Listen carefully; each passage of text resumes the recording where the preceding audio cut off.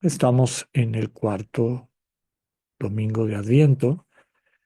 Nos ha acompañado Lucas y algunas de las lecturas de los evangelios de la infancia. Hoy vamos a retomar un momento importante, una escena importante que es la de la visitación de la Santísima Virgen.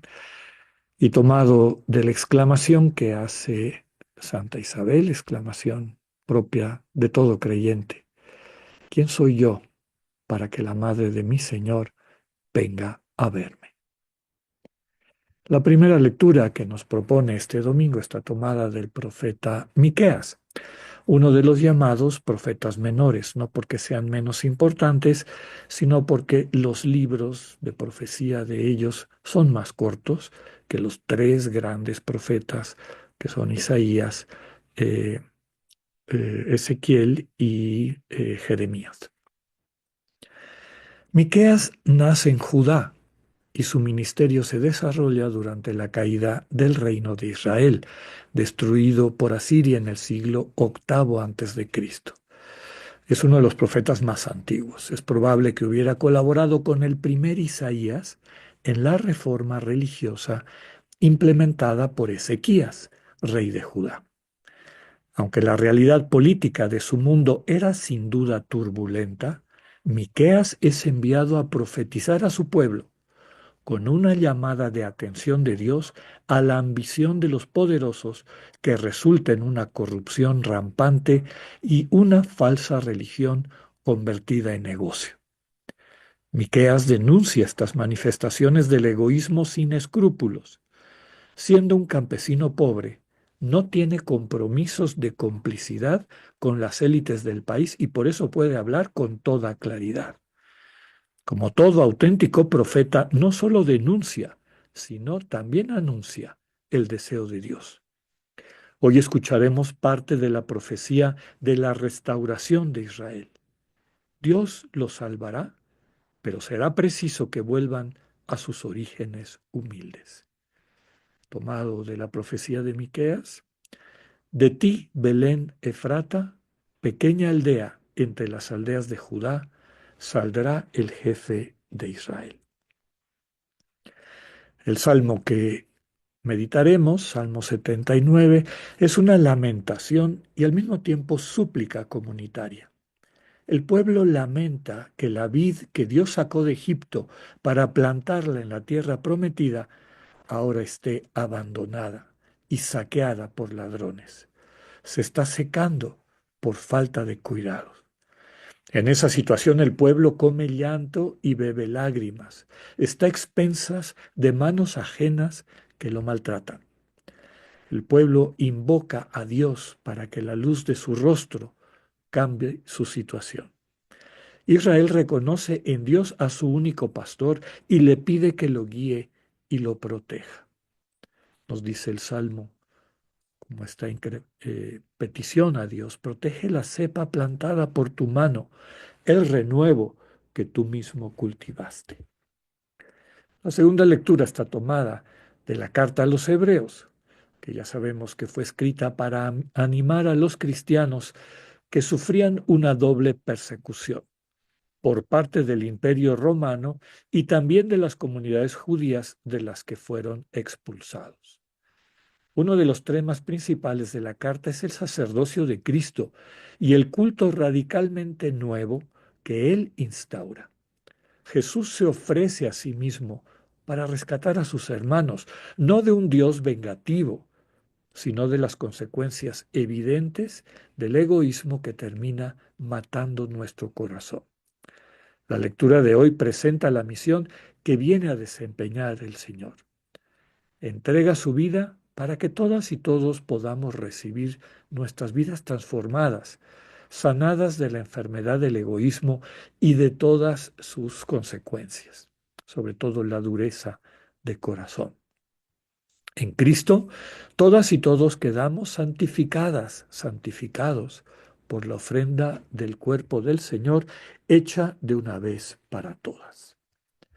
Como comentábamos, la lectura del Evangelio está tomado de la escena, de la perícopa evangélica de la visitación de la Virgen María en Lucas. Es una lectura breve que nos invita a centrar nuestra atención únicamente en las palabras de Isabel, que conmovida por la visita de María, a la que llama Madre de su Señor, nos ayuda a descubrir elementos en esas palabras que a lo mejor quedan eclipsados cuando normalmente pasamos inmediatamente a las bellísimas palabras de Nuestra Señora en el himno del Magnificat. El centro de toda la escena es la sensibilidad de María. Al olvidarse de su propio predicamento, que ya estaba esperando la venida del Señor, para centrar toda su atención en la situación de su prima Isabel, una mujer mayor de edad y que sin embargo estaba esperando a su hijo, a Juan el Bautista. Captamos que Nuestra Señora verdaderamente ve y siente el mundo como lo siente Dios, que acude a nuestro encuentro para ayudarnos, para servirnos. Es el núcleo del misterio de la encarnación. Dios quiere encarnar en la vida de cada una, de cada uno, y transformarla en fuente de bendición. El Evangelio nos relata que la presencia del Hijo de Dios encarnado llena del Espíritu Santo a Isabel. Ella se siente unida a su Señor y a quien lo porta, es decir, a la Madre del Señor. En Isabel nos vemos reflejados, quienes somos creyentes. Es el misterio de la vocación de María como aquella que nos trae a Jesús. Y aquí les he puesto el icono de Adviento que van a encontrar ustedes en cualquier iglesia ortodoxa. Es el que se pone en la entrada y se llama la Virgen del Signo. Es María que está esperando al niño Jesús que está en su seno, pero que como vemos aparece ya bendiciendo desde el seno de María. El amor maternal de María ensancha nuestros corazones para poder entender y recibir el infinito amor materno también de Dios. Por eso se ha dicho que María es el rostro materno de Dios. En estos últimos días del Adviento no debemos olvidar en la vivencia litúrgica al niño que aún no ha nacido. En la espera de su llegada recibimos la visita de la Virgen. Acojamos a María, quien, al igual que el Señor Jesús, no viene a ser servida, sino a servir. ¿En qué necesitas que nuestra Madre te eche una mano? Toma conciencia de este misterio y verás cómo todo tu ser, como el de Isabel, se llena del Espíritu Santo. Y recordemos lo que Isabel declara. Dichosa tú porque has creído, porque se cumplirá todo lo que se te ha anunciado.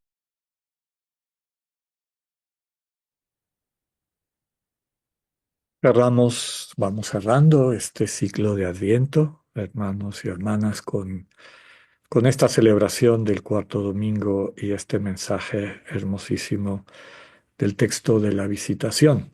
Como les comentaba en las diapositivas, normalmente cuando leemos la escena completa, la perícopa, como se llama en el lenguaje de la exegesis del estudio bíblico, esta escena normalmente, como luego viene ese cántico hermosísimo de María que conocemos como el Magnificat, ¿no? Magnifica, glorifica mi alma al Señor, pues inmediatamente nuestra atención va dirigida a María y la manera como Nuestra Señora reconoce la forma como Dios actúa en su vida y eso desde luego que es importantísimo. Con todo, a veces se nos olvida, nos brincamos muy rápido esta vivencia de Isabel, de Santa Isabel y lo que nos quiere transmitir. Y la razón por la cual cuando se eligieron estas lecturas para el cuarto domingo de Adviento, se puso este fragmento cortito y nos quedamos hasta allá, ¿verdad? En lo que Isabel dice. Cada una de las frases tiene una riqueza impresionante. Quisiera poner todo en el contexto de lo que nos ha acompañado a lo largo de estos domingos. Les comentaba que el Adviento es un tiempo pues de simplificación de la vida, ¿no?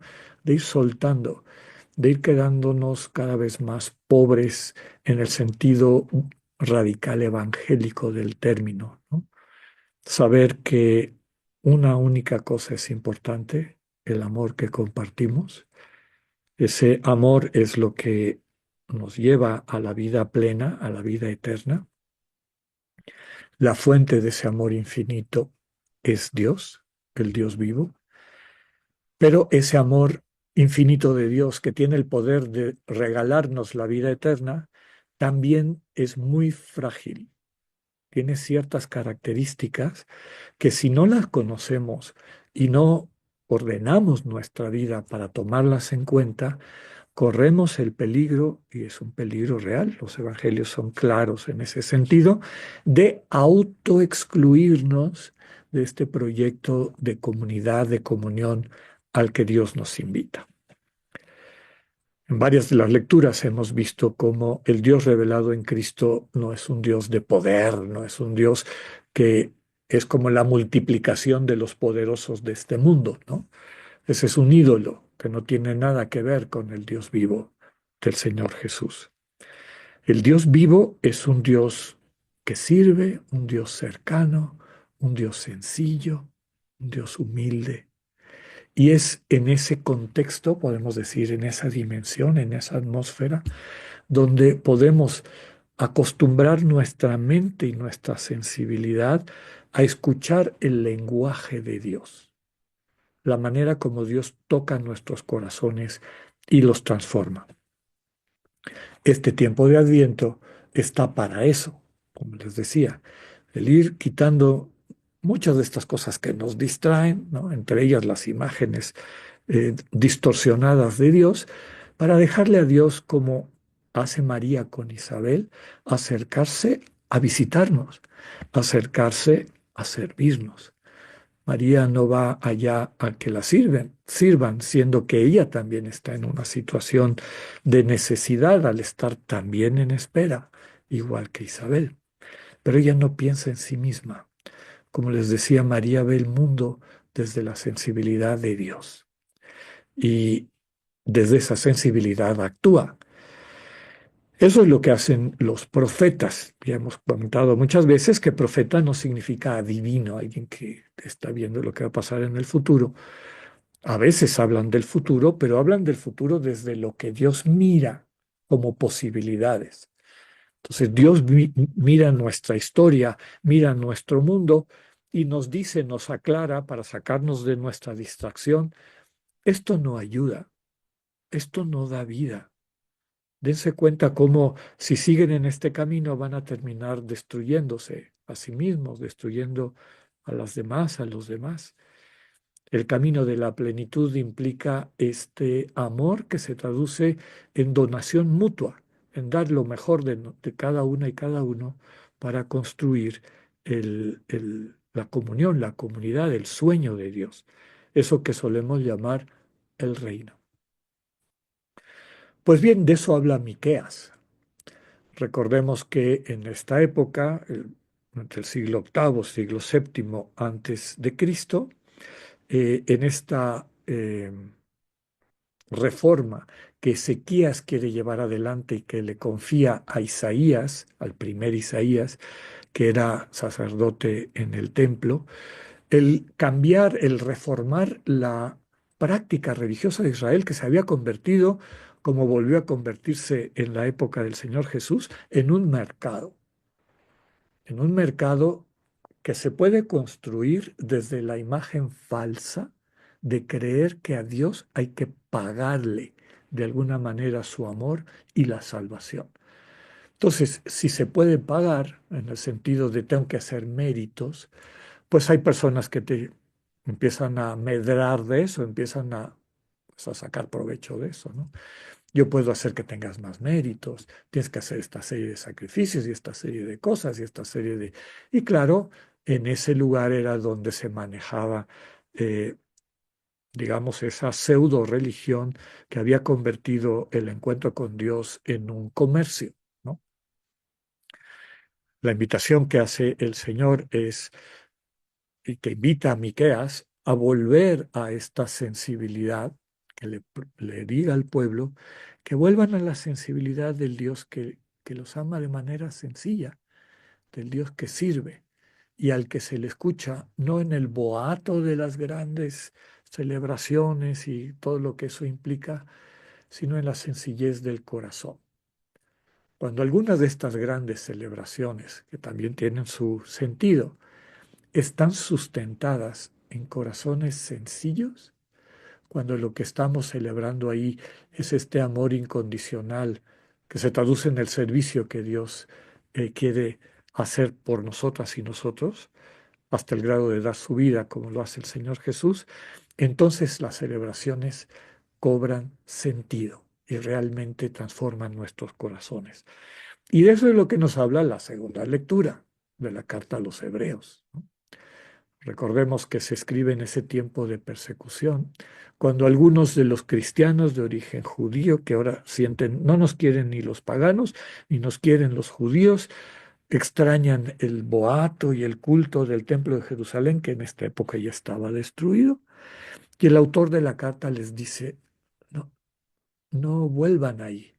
Se parecen al pueblo de Israel que cuando el Señor los había liberado de la esclavitud de Egipto, como ese camino de liberación, de transformación, de sanación, implica pues desde luego atravesar el desierto para que Dios vaya purificando nuestros corazones de todas estas cosas superfluas que nos impiden encontrar el verdadero amor.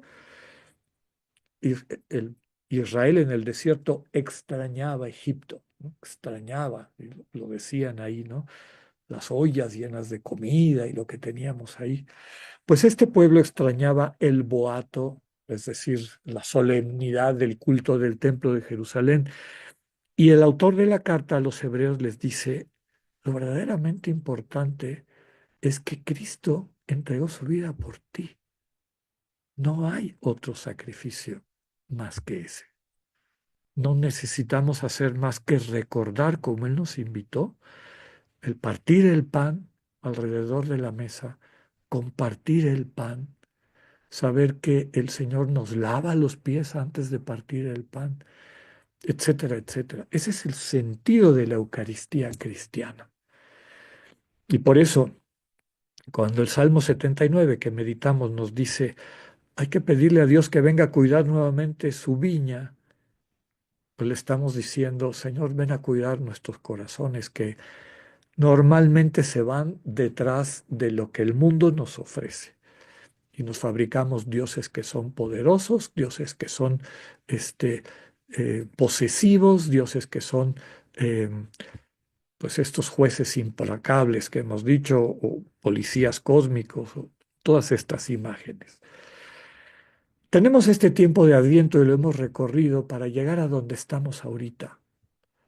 Dios viene a salvarnos, no en la figura de un general triunfante, que era lo que esperaba el pueblo de Israel, sino en la figura de este bebito recién nacido. Hay pocas cosas más frágiles en este mundo, pero que cuando alguien tiene el corazón medianamente sano, contemplar a ese bebito, contemplar la mirada de un bebé de un mes, un bebé recién nacido, cuando te sonríe, cuando se fija en ti, en la profundidad de esa mirada está Dios. Y está este misterio del Dios que salva a través del amor. Y eso es lo que queremos prepararnos para recibir y acoger en la Navidad. Ese amor que no se puede vivir fuera de la sencillez, como les decía, de esta actitud de captar que todo lo que nos rodea son oportunidades, excusas para poder encarnar ese amor, pero que si en nuestras interacciones no se encarna ese amor, no le dejamos a Dios salvarnos. Contemplemos, por lo tanto, este misterio de cómo Dios en esa mirada de un recién nacido que todas y todos hemos experimentado, como les digo, en esa profundidad, cuando nos perdemos en esa mirada, sobre todo cuando el bebito está sonriéndonos, cuando quiere interactuar con nosotros desde ese amor que habita en su corazón, ahí tocamos parte del misterio del Dios vivo. Ahí recordamos de dónde venimos y a dónde estamos invitados o invitadas a ir. Pues que Dios nos dé esa gracia en estos 2 días de preparación que nos quedan para la gran fiesta de la Navidad. Que así sea.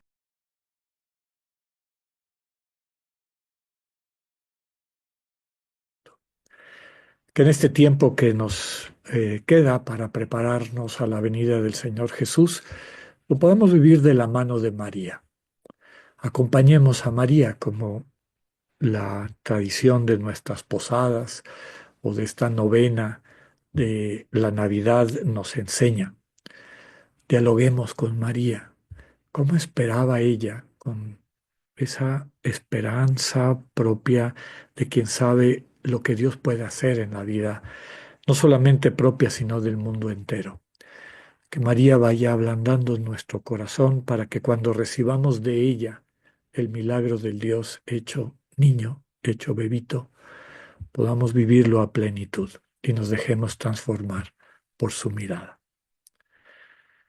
Que tengan un buen domingo, estos 2 días, una feliz Navidad. Y como ustedes saben, tenemos la celebración de nuestra Eucaristía el día 25, esta misma hora, a las 11 de la mañana. Realmente que puedan vivir, que podamos vivir la bendición de Dios con nosotras y nosotros.